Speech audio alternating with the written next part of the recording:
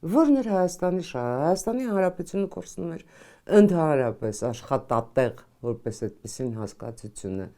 Իր տարածքից օտարում էր այնպիսի ձեռնարկություններ, որոնք կարող էին դառնալ Հայաստանի Հանրապետության ռազմարդյունաբերության հիմքը։ Ստացվում է, ըստ Ռոբերտ Քոչարյանի, մենք այդ պարտքը փակել ենք անպետք ապրանքով։ Այսինքն մեր գործընկերը Ռուսաստանի Ֆեդերացիան կորուստներ է ունեցել, ուղղակի մենք նրան մոլորեցրել ենք։ Բանախոսների գնահատականն է Ռոբերտ Քոչարյանի վերջին հայտարարությանը, որով վերջինս պնդում է, թե գույք պարտքի դիմաց գործարքով Ռուսաստանին հանձնած եւ Հայաստանի համար ռազմավարական նշանակություն ունեցող ձեռնարկությունները չաշխատող չգործող են եղել։ Քոչարյանը նոյեմբերի 30-ին իր աջակիցների հետ հանդիպմանը զարմացել է նաեւ, որ այս թեման դեռ շոշափվում է, որովհետեւ իր պատկերացմամբ այն անցած, գնացած, մեռած թեմա է։ Ներկայացնում են, որ լավագույն գործարանը, միկրոչիպերի, չգիտեմ, եւ միկրոսխեմաների բացարձակ սուտ։ Այսքանը ասում են ինչի համար, ասել, որ մենք ռուսական կողմին հանձնել ենք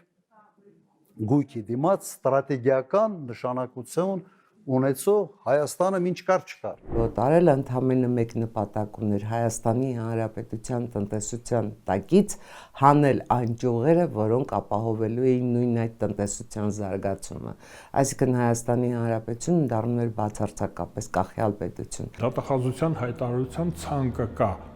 բնակարաններ, արժեթղթեր,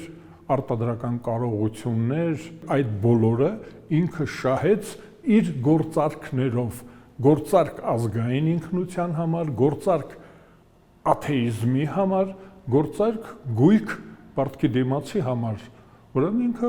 այդ իմաստով շահել է։ Ռոբերտ Քոչարյանն իր ղեկավարման ժամանակ 2002-ին ստորագրած գործարքով 98 միլիոն դոլար պարտքի դիմաց Ռուսաստանին հանձնել էր Հրազդանի ջեկը առանց 5-րդ բլոկի, Երևանի մարզգործարանը եւ 3 գիտահետազոտական ինստիտուտներ։ Այս գործարքը բանախոսները քաղաքական ակցիա են դիտարկում, որն ընդհանրապես տնտեսության հետ կապ չուներ, ինչը պնդում է Քոչարյանը։ Հայաստանի Հանրապետությունն արդեն պաշտոնական այցով գործարքի կնքումից հետո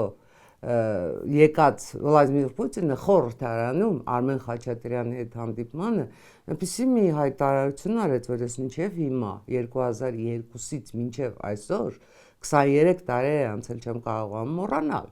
որտեվ Վլադիմիր Պուտինը հայտարարեց նախ առաջին ինքը ավելի շատ հիմքեր, իհարկե դա ասված էր կատակով, բայց ինչ կատակ, ինքը ավելի շատ հիմքեր ունի Հայաստանի Հանրապետության նախագահ կոչվելու, որովհետև Ռուսաստանում ավելի շատ հայեր են ապրում, քան Հայաստանում։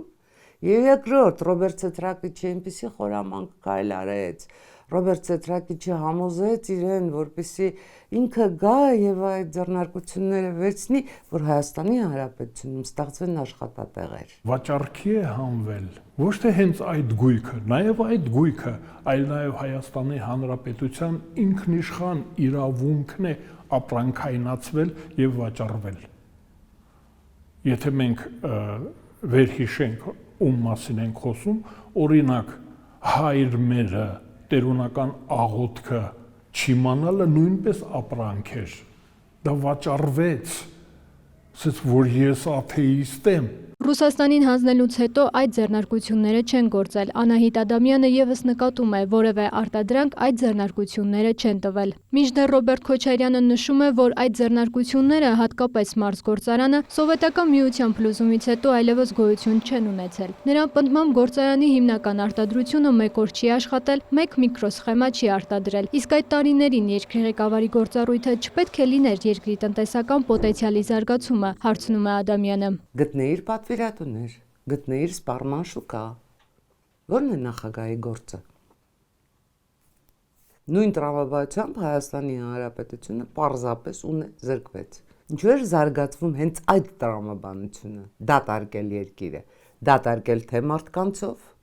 մարդկանցից ավելի ճիշտ, թե իր ունեցվածքից։ Ģեր ժամանակակից գործարան էր։ Ես ասում եմ, դա հարկավոր էր գտնել համապատասխան գործընկեր, երկրի ղեկավարի գործը դա է։ Գտնել գործընկեր, ով որ դա կշահագործի, ինքը շահույթ կստանա, եւ մեզ մեր բաժինը կտա։ Մարզգործարանը կառուցվել է 1980 թվականին շուրջ 600 միլիոն շվեյցարական ֆրանկին համարժեք գումարով բրիտանական եւ սերբական մասնագիտացված ընկերությունների կողմից։ Գործարանի ընդհանուր տարածքը 42 հեկտար է, արտադրական հիմնական մասնաշենքի մակերեսը շուրջ 100,000 քառակուսի մետր։ 2002 թվականին Գույք պարկի դիմաց ծրագրով այն գնահատվել էր ընդամենը $56 միլիոն։ Հրազդանի ջեկը, որը Խորհրդային Միության առաջատարն էր համարվում, ռուսական կողմին հանձնվել էր $31 միլիոն։ Հանրապետության կուսակցության անդամ Անահիտ Ադամյանը նաև Քոչարյանի այն պնդմանն է հակադարձում, թե Գույք պարկի դիմաց գործարքը եղել է ոչ թե իր, այլ Արամ Սարգսյանի նախաձեռնությունը։ Արամ Սարգսյանը վարչապետությունից հեռացվել էր 2000 թվականին։ Ռոբերտ Քոչարյանը սովորաբար իր գործած, ինչ ասեմ, տարատեսակ մեղքերը փորձում է բարթել ուրիշների վրա։ Օրինակ մարտի 1-ի գիշեր ինքը քնած էր ու չգիտեր ով է զորքեր քաղաք մտցնում։ Քնած էր մարդը։ Թերևս քունը տարել էր նաև այս ժամանակ։ Եկեք հիշենք, Արամ Սարգսյանը երբ է պաշտոնանկվել եւ ինչ պատճառով։ Դե եթե Արամ Սարգսյանը այդպիսի մեղք էր գործել, թող Արամ Սարգսյանին պաշտոնանկին Գույք պարկի դիմաց լոբիստ լինելու, ոչ թե Հայաստանի Հանրապետությունում իր պաշտոնավարման մի քանի ամիսներին, հիշեցնեմ, 1999-ի նոյեմբերի 2-ից մինչև 2000-ի մայիսի 2, այդ ընթացքում ծնելիության աճ չապահովելու համար։ Թե Արշակյանը, թե Ադամյանը այն կարծիքին են, որ այժմ Հայաստանը կարող է վերադարձնել Ռուսաստանին հանձնված օբյեկտները։ Ժամանակն է, որ հայ-ռուսական իրավապայմանագրային բազան էլ վերանայվի։ Հայաստանում ու տարածաշրջանում իրավիճակ է փոխվել եւ այդ ամբողջ բազան պետք է համապատասխանեցվի ստեղծված իրավիճակին, ստեղծված տնտեսական, ռազմաքաղաքական պայմաններին։ Այդ վերանայումների շրջանակում պարտադիր պետք է ընդգրկել Հայաստան-Իրան գազատարը, որը Ռոբերտ Քոչարյանը էլի, չգիտես ինչու, չգիտես ինչ նկատառումներով, իր պաշտոնավարման վերջին օրերից մի քիչ առաջ նվիրեց Ռուսաստանին։ Գազատարի տրամագիծը փոքրացնելով Ռուսաստանի պահանջով, որպեսզի Վրաստանը չկարողանա այդ գազատարին միանալ, որպեսզի դա լինի ընդամենը Իրան-Հայաստան, ոչ թե մտնի Վրաստան ու դուրս գա դեպի Եվրոպա։ Գազպրոմի այդ խաղերը վաղուց են սկսվել, նոր չեն, այսօրվա խաղեր չեն։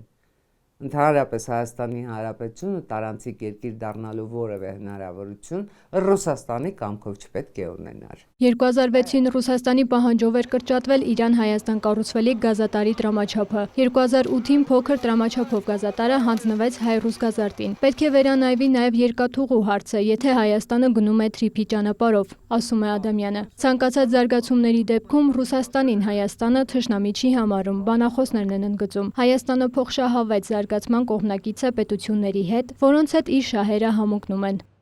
Մերի Խաչատրյան, Հովհաննես Քյոսեյան, Մուշեղ Մանվելյան, Կիրակնորյա լուրեր։